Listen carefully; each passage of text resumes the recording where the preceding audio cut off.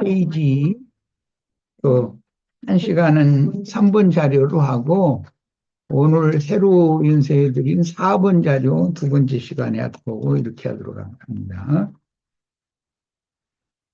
마태복음 10장 16절로 17절인데 보라 내가 너희를 보냄이 양을 이리 가운데로 보냄과 같도다. 그러므로 너희는 뱀같이 지혜롭고 비둘기같이 순결하라.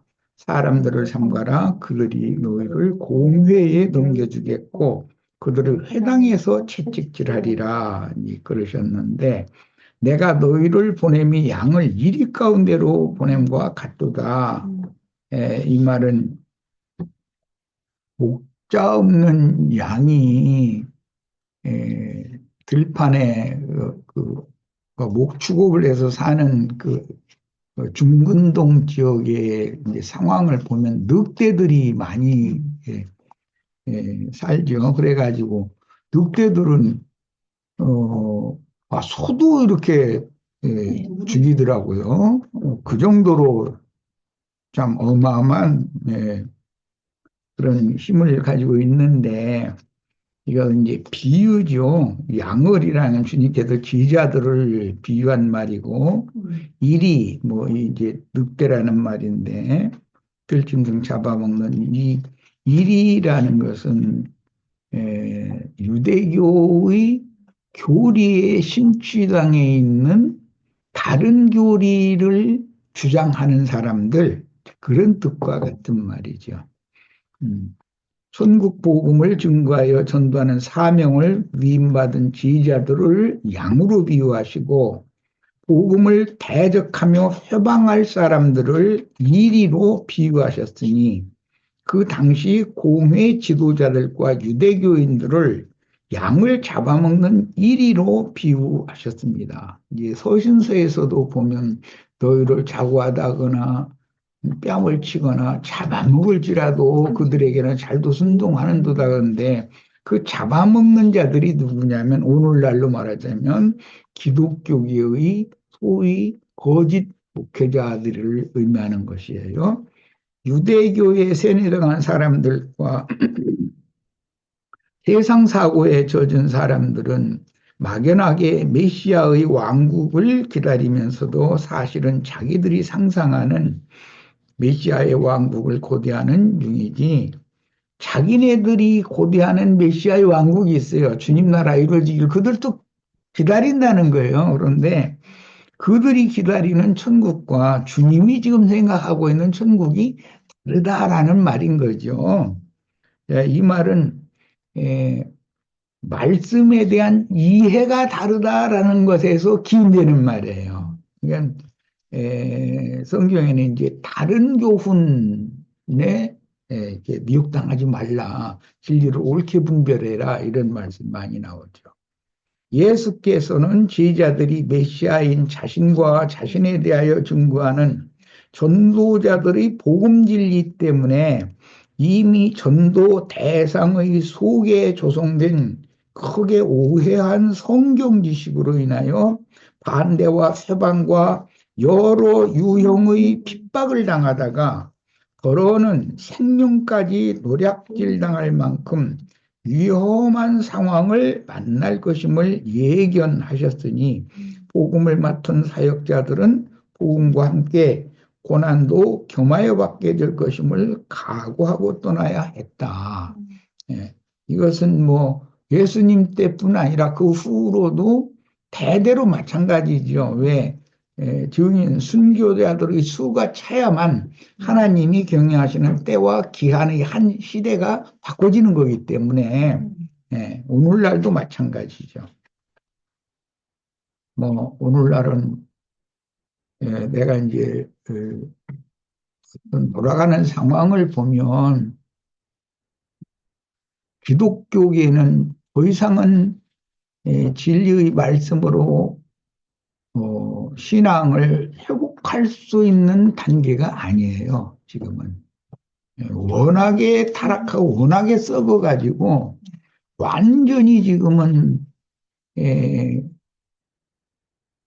그 목회자라는 명칭을 빌어가지고 세상 정치화된 목사들이, 정치 목사들이 너무 판을 치고 있는 중이고, 그들이 계속해서 강대상에서 성경 말씀을 빗대서 말도 안 되는 거짓말로 설교를 해서 다른 교훈을 세뇌시키다 보니까 사람들이 다 세뇌당해가지고 정신세계가 너무 다 일반적이고 믿지 않는 사람들이 생각해도 그들의 사고와 정신세계는 이해할 수가 없을 정도로 너무 벗어나 있어요.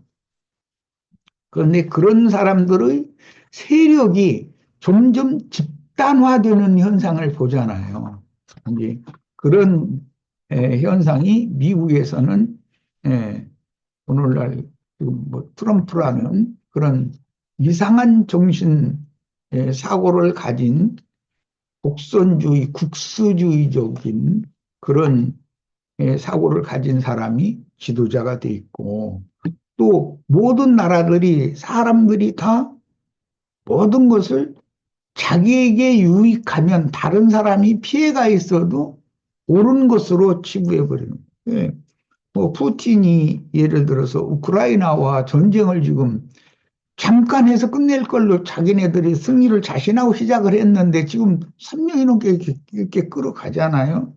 이런 것이 다 큰 틀에서 보면 하나님께서 세상 나라를 지금 악한 자들에게 맡겨서 그렇게 거짓 것이도 판을 치고 활개를 치도록 이것을 허락을 하셨다라는 것을 우리가 볼 수가 있어요. 짐작할 수가 있어요.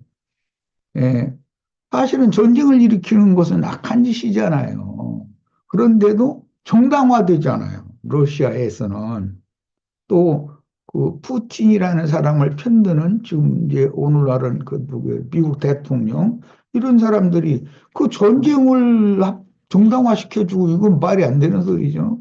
거기다가 대고 엊그전에 들은 얘기인데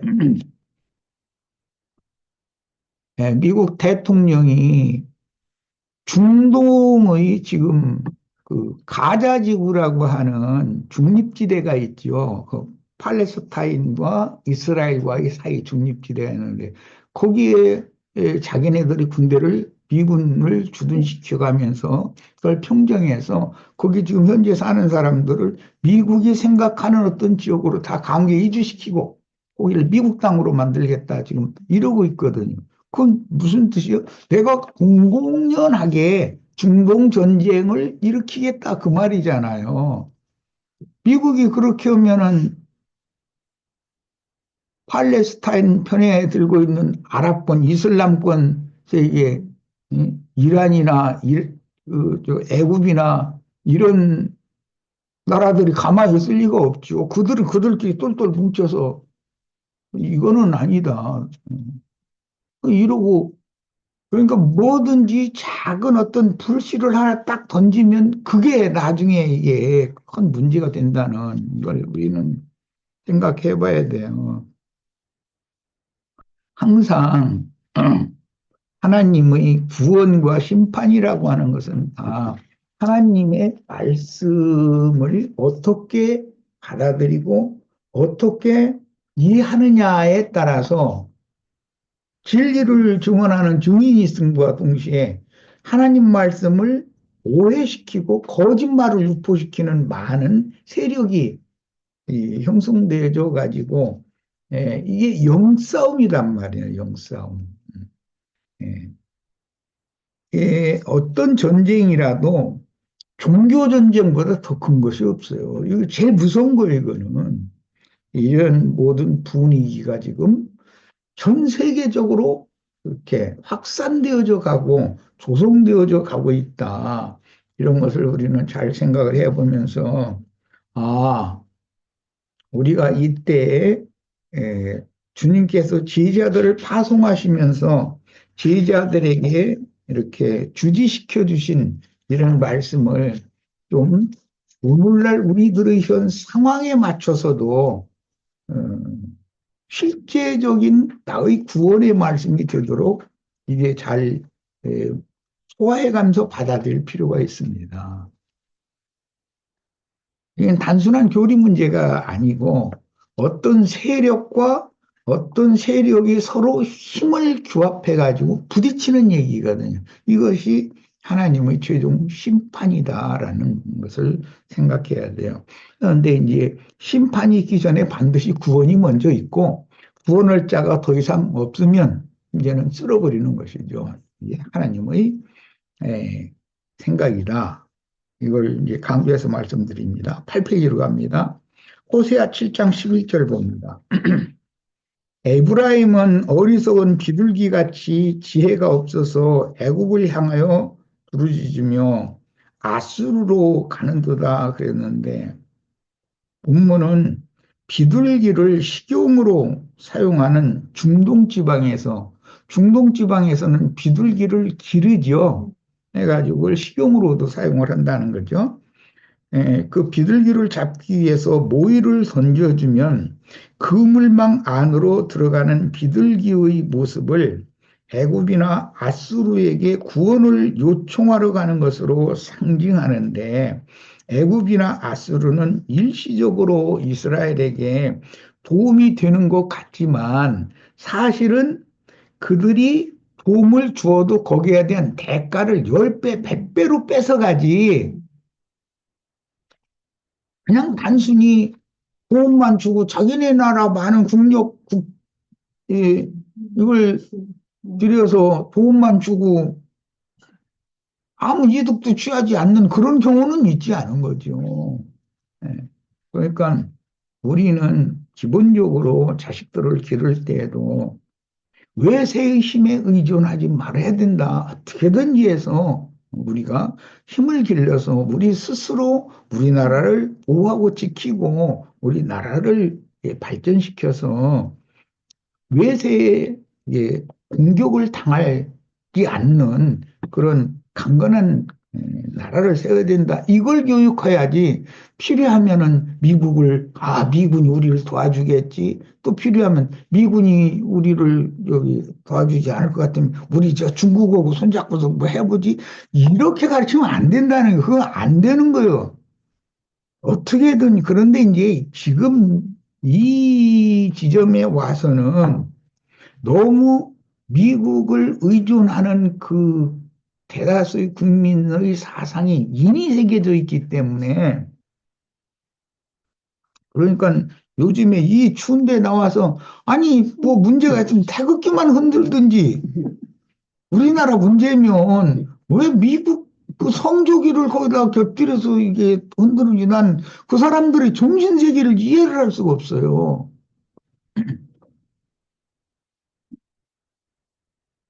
그건 뭐냐 외세에 의존하고자 하는 얄팍한 그런 술수각에 있는데 사실은 어, 내가 누구에게 도움을 주어도 인간이라는 거는 도움을 주어서 문제를 해결을 해주면 거기에 대한 대가를 차근차근 천천히 받아내는 것이지 그냥 대가만 주고 많은 경우는 없어요. 예수님처럼 당신의 그 생명까지 다 바쳐서 예? 우리 같은 죄인들을 위해서 당신 자신을 이렇게 몽땅 다 주고 뭔 대가를 바라지 않는 그런 순수한 사람, 그 이제 그걸 진리의 사랑이라 그러는데 그러한 사랑과 인간 나라에서 뭐 서로 막 이게 이- 좋게 지내가면서 서로 뭐 사랑하는 것처럼 이렇게 하는 것은 그건 다르다라는 걸 잘 꼭 깨달을 필요가 있습니다. 자, 9페이지로 갑니다. 마태복음 10장 17절에요. 사람들을 삼가라. 그러니까 양을 이리 가운데 보내는 것 같이 이제 이런 말씀했는데 일이라는 것이 사람들이지요. 그럼 어떤 사람들이냐? 그들이 이제 이리들인데 너희를 제자들을 공회에 넘겨주고 주겠고 그들이 회당에서 채찍질할 사람들이라 이거예요. 이게 이리들이다 이거예요. 양을 잡아먹는. 예. 마태복음 23장 34절 그러므로 너에게 선지자들과 지혜 있는 자들과 서기관들을 보내매 너희가 그 중에서 더러는 죽이거나 십자가에 못 박고 그 중에 더러는 너희 회당에서 채찍질하고 이 동네에서 저 동네로 다니며 박해하리라. 이 말씀이 바울 사도의 그 복음 전파에 보면 우리가는 저를 죽이기 전에는 밥도 먹지 않겠다 해가면서 따라다니면서 박해를 했잖아요. 쫓아다니면서. 예. 그러니까 이게 사실은 영이 서로 부딪히는 것 때문에 그런다 이거예요. 똑같은 유대인임에도 불구하고 왜 그럼 그렇게 적대 관계로 하느냐? 그들은 유대교의 그 모세 율법 제도에 의한 유대교의 관념이 세뇌당에 있는데 그들이 볼 때는 나사렛 이단자인 예수라는 사람의 전혀 다른 해석을 전파하는 바울이라는 사람이 그를 죽이지 않으면 예수를 죽인 것처럼 저를 죽이지 않으면 연병 버티려는 자라고 이렇게 생각했다는 거예요. 그리고 사회에 혼란, 소란을 일으키는 요인이 되는 자다. 네.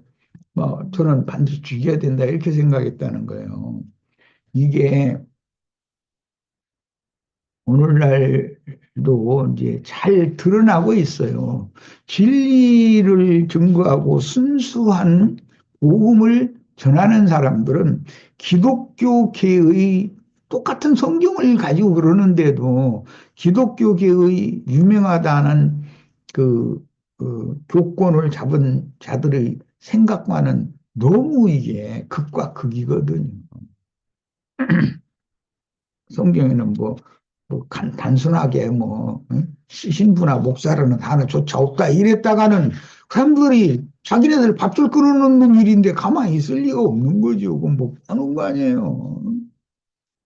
예를 들자면 그렇다는 거예요. 자, 10페이지로 갑니다.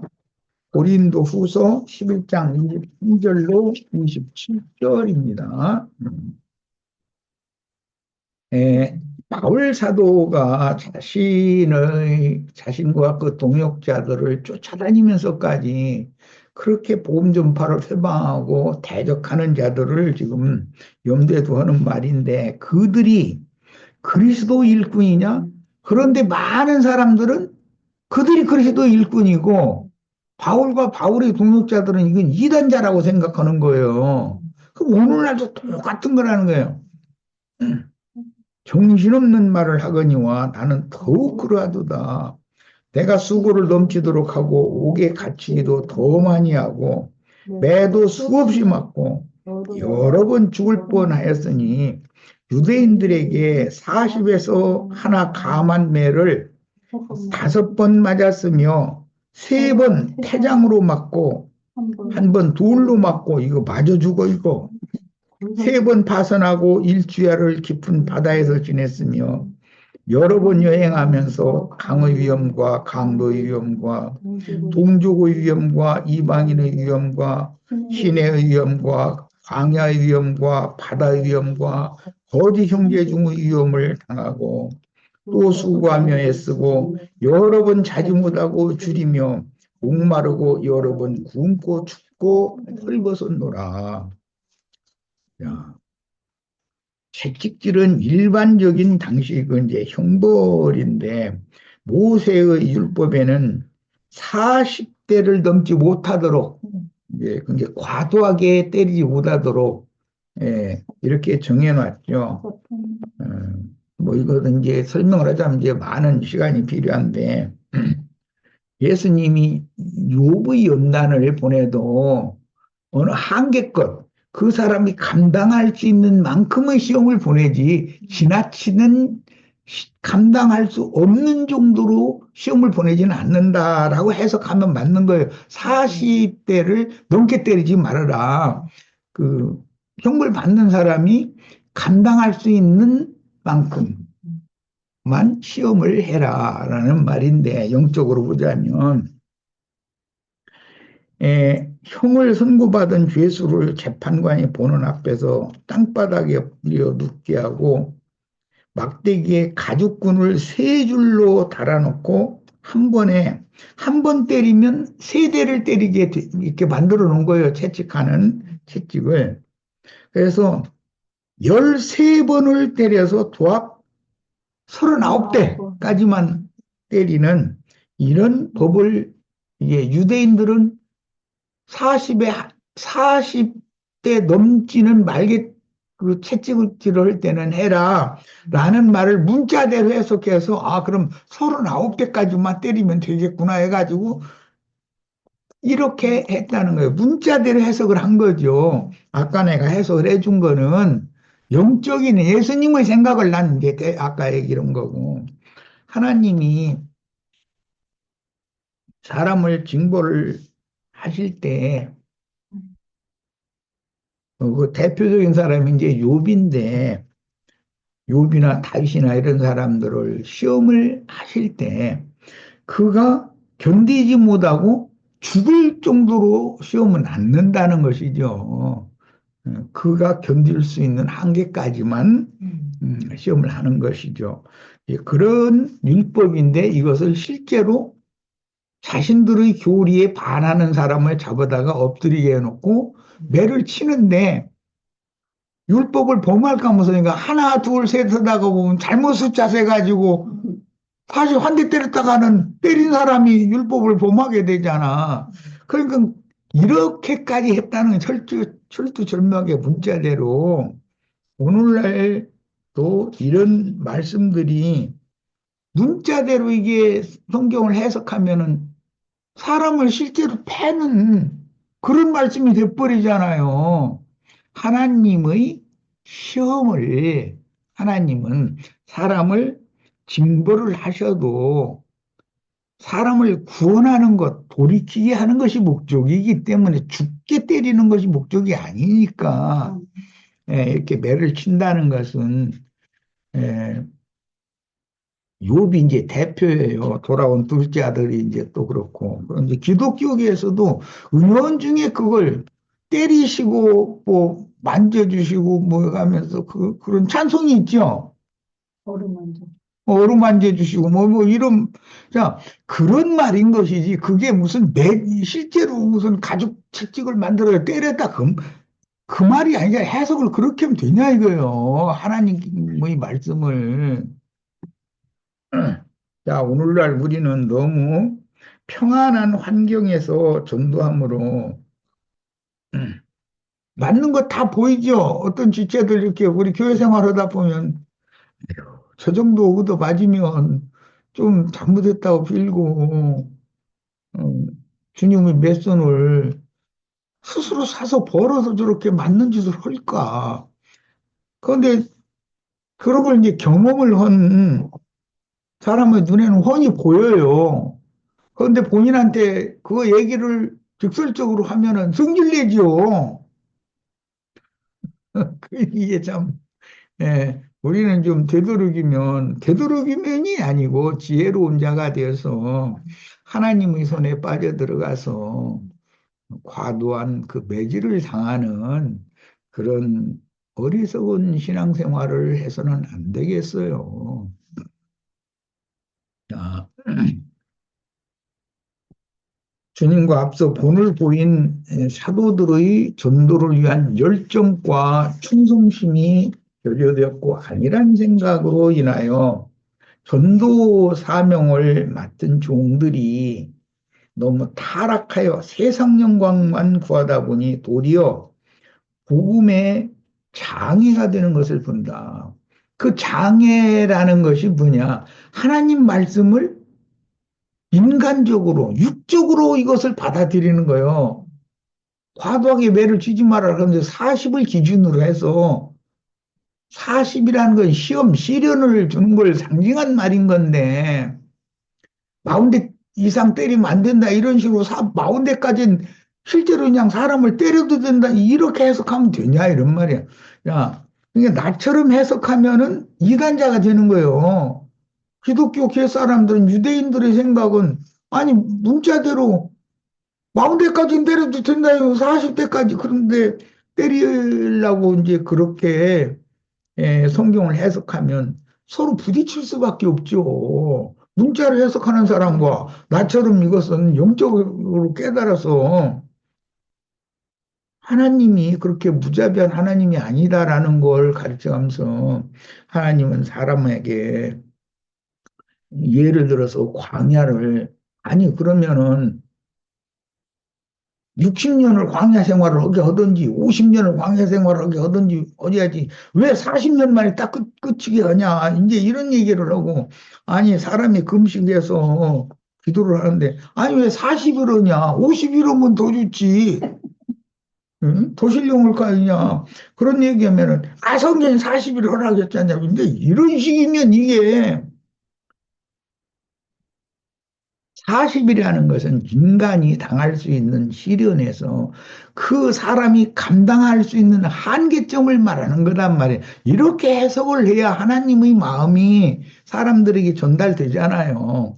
자, 그러니까 어떤 말씀을 어떻게 받아들이고 어떻게 소화하고 어떻게 이해하느냐에 따라서 오히려 문자대로 세상 사고로 이해하고 가르치는 사람은 세력이 강하고 수가 많고 나처럼 가르치면 그럴듯하기는 한데 그건 좀 이상한데 뭐 이런 식이면 수가 많을 수가 없잖아요. 똑같은 성경을 읽고 해석하는데 이런 것 때문에 주님이 제자들을 파송하시면 주님의 제자들인 양들이 이리 가운데로 말하자면 사람들을 조심해라 했는데 그 회당에 끌어다가 매질하고 관역에 넘겨 재판해가지고 죽이기도 하고 그러는 이렇게 할 자들이 다 그 이리로 상징을 했다. 왜 그런가? 똑같은 성경인데 받아들이고 이해하고 해석하는 것이 서로가 다르기 때문이다. 영적인 사람은 이단자로 그들은 취급한다 이거예요. 육적이고 세상적인 사고로 성경을 해석해야만 많은 사람들이 모여 그 말은 알아듣기가 쉽다고 생각하고 나처럼 뭐 율법에 40대까지 때리라고 했다 그러면 그것은 물리적으로 사람을 그렇게 이렇게 물리적으로 때리라는 말이 아니고 하나님의 마음을 인간들에게 모든 말씀은 복음이잖아. 이게 복된 소식인데 하나님의 마음을 사람들에게 잘 전달하기 위해서 인간 세상의 예로 인간들이 사용하는 말로 또는 사용하는 글자로 이렇게 해서 말씀을 해놓은 것인데 하나님은 영이시기 때문에 하나님의 마음과 하나님의 영이 합치도록 성경을 해석해야지 문자대로 인간적으로 해석하면 하나님이 사람이야? 하나님이 미운 사람 저놈 안 되겠다 저놈은 마운데 때려 실제로 막 마운데 몽둥이질러라 그렇게 이해는 되냔 말이야 이게 똑같은 성경 해석하는데 왜 이런 차이가 나냐 그런 말이야. 이것은 영에 속한 사람과 육에 속한 사람의 차이인 것이다. 음. 자, 10장 18절 또 너희가 나로 말미암아 총독들과 임금들 앞에 끌려가리니 이는 그들과 이방인들에게 증거가 되게 하려 하십니다. 뿐만 아니라 그들 앞에 세워서 재판을 받을 때 그때는 오히려 복음을 증거할 기회가 될 것이다. 그런데 그때 너희가 무슨 말을 할 거에 대해서 너희가 연구하고 근심하고 할 필요가 없다. 그때그때 필요한 말씀을 성령께서 주실 것이다. 성령이 말하게 하시는 대로 증거하면 된다. 그랬어. 지금 내가 뭐 간단하게 율법에는 마흔대까지 때려라 했는데 예를 들어 이 문제를 가지고 이제 나를 이제 마흔대를 때리려고 그러면 때리면 맞아야지 어쩌겠어. 그러나 이제 만약에 고롱고롱 앓다가 예를 들어 살아났으면 이렇게 무식하냐고. 그게 문자대로 마흔대 때리라는 그 말이 있겠냐고. 하나님의 마음을 사람에게 전달하기 위해서 사람이 견딜 만한, 감당할 만한 한 만큼만 시험을 보내고 시련을 그렇게 보내도 하나님은 그렇게 하고 그걸 통해서 사람이 행복하고 하나님께로 돌아오기를 바라는 마음으로 하신 말이지 사람을 밉다고 마운데 때리라는 말했겠냐고 이렇게 하면 나보고 네 멋대로 성경 해석해 막 이제 이렇게 나올 거 아니에요. 그런데 나는 내 멋대로 하는 게 아니라 계시에 의해서 하는 거 이거는 하나님 입장으로 성경을 봐야 되잖냐, 이 말이요. 하나님 말씀이 있네. 자, 16장 27절을 봅니다. 예. 인자가 아버지의 영광으로 그 천사들과 함께 오리니 그때 각 사람이 행한 대로 갚으리라. 22장 12절에도 또 봅니다. 보라, 내가 속히 오리니 내가 줄 상이 내게 있어 각 사람에게 그 행한 대로 갚아주리라. 여기서 행한 대로라는 것은 뭐냐? 영을 따라, 성령을 따라 진리로 행했느냐? 육신을 따라서 혈육대로 행했느냐? 이 얘기잖아, 지금. 그 어제 막 어떤 사람 말이 막 등가들고 하면서 막 사랑합니다. 막 했더니 그거 내 칭찬해 줄게. 지금 그 얘기가 아니잖아. 그것도 하나님이 눈에 볼 때는 육신대로 한 것일 수도 있잖아. 그것도 막 사람 막 등 두들겨 줘가면서 뭐 이래주는 말 해주고 이런 게 다 사실은 순수한 마음으로 했다면야 뭐 다 감사하고 좋은 일이지만 그 사람과 자기 관계를 좀 좋게 만들어가지고 그 사람한테 하여튼 뭔가 남에게 뭔가를 인간을 주면 한꺼번에는 못 뺏어내니까 서서히 이거 다 본전 찾아 먹고 나중에는 맥값들로 먹는 것을 목적으로 하지 자기가 예수님처럼 자기 모든 것을 그냥 단순하게 주는 그런 진리의 사람을 하지 않는다라는 거. 이거에 대해서 우리가 깊이 생각을 좀 해보셔야 돼. 말씀을 읽으면 사람 속에 왜 영과 혼을 지어주셨어요? 예수님의 영과 예수님의 정신을 받아들이라는 그릇으로 사람을 그렇게 지어놓은 거 아니야. 하나님의 목적을 이루어야 되니까. 그런데 똑같은 성경을 가지고 읽는데 오늘은 뭐 40에 가만 그러니까 몇 때리는 거 한 가지만 가지고 이제 뭐 더 이상 나가지도 못하게 되는 시간이 다 돼서 봐도 세상 교계 사람들은 나처럼 가르치면 이단자라고 그런다 이거예요. 왜? 자신들의 조직이나 교리와 맞지 않는 얘기를 한다 생각하니까. 그럼 무슨 뜻이요? 그 인본주의에 입각해 있는 사람들이라는 거예요. 하나님의 말씀은 하나님의 생각을 전달하는 것이고 하나님의 영과 정신을 전달하는 것이지 인간의 사고를 전달하는 게 아니잖아요. 자, 첫 시간 여기까지 해서 마치겠습니다.